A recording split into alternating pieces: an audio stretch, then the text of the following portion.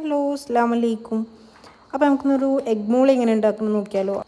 Pan എടുത്തിട്ട് അതിലേക്ക് കുറച്ച് വെളിച്ചെണ്ണ ഒഴിച്ച് കൊടുക്കുന്നുണ്ട്. ഇനി അതിലേക്ക് കുരുമുളക് പൊടി ഇട്ട് കൊടുക്കുക.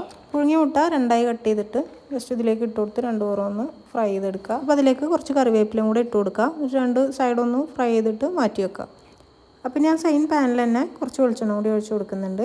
ഇനി അതിലേക്ക് ഏലക്ക, പട്ട, ഗ്രാമ്പു, ബേ ലീഫ്, ഇഞ്ചി, വെളുത്തുള്ളി, സവാള, പച്ചമുളകും കൂടെ ഇട്ട് കൊടുത്തിട്ട് ഒന്ന് മിക്സ് ചെയ്തെടുക്കുക.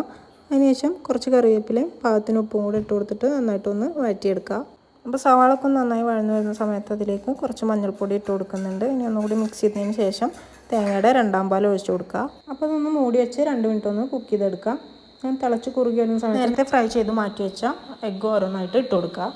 ഇനി അതൊന്ന് അടച്ചു വെച്ച് 1 മിനിറ്റ് കുക്ക് ചെയ്തെടുക്കുന്നുണ്ട്. ഇനി അതിലേക്ക് തേങ്ങയുടെ ഒന്നാം പാലും കൂടെ ചേർത്ത് കൊടുക്കുക. കുറച്ച് ക്രഷ് ചെയ്ത് വെച്ച കുരുമുളക് പൊടിയും കൂടെ ഇട്ട് കൊടുത്താൽ ഇനി അത് ജസ്റ്റ് ഒന്ന് മിക്സ് ചെയ്തെടുക്കുന്നുണ്ട്.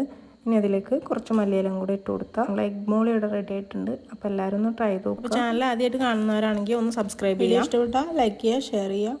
താങ്ക്